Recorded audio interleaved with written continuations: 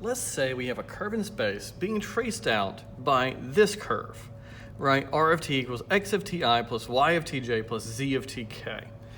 And I've put 2 points on here because I actually want to think about the length of the curve between, on the interval a is less than or equal to t is less than or equal to b. So here I have a point r of a and there I have a point r of b, and we know that arc length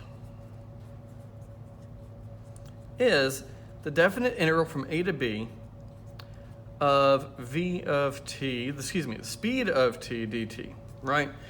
And so we could compute that, take a derivative, take a square root. I want to change that idea just a little bit.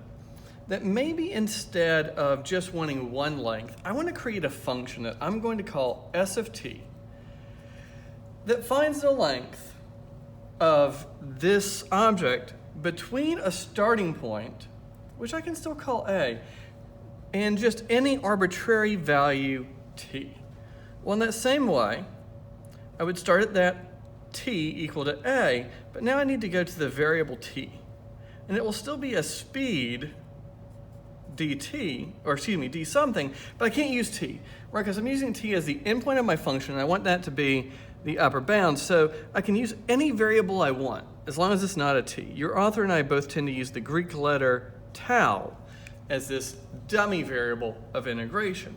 What this function does now is you plug in a t, and it gives you the distance you are from that starting point. And so the way I like to think about this is we just create a function that does a very Calc 1 position thing. You plug in a value for t, and you find out how far along that curved path you find a position away from that starting point.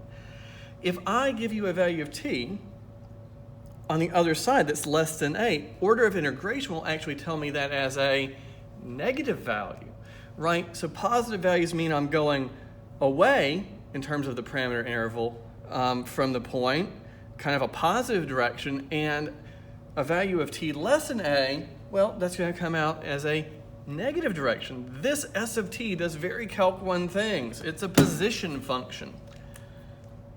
We call s of t the arc length parameter. And it just gives you a distance from a starting point to any time you plug in t. It gives us a nice function. If I were to take its derivative with respect to t, the fundamental theorem of calculus tells me that I get speed. And that also establishes this as a very Calc 1 idea. This is giving me the position away from a starting point, right, a distance away from r of a, and then this is telling me the speed.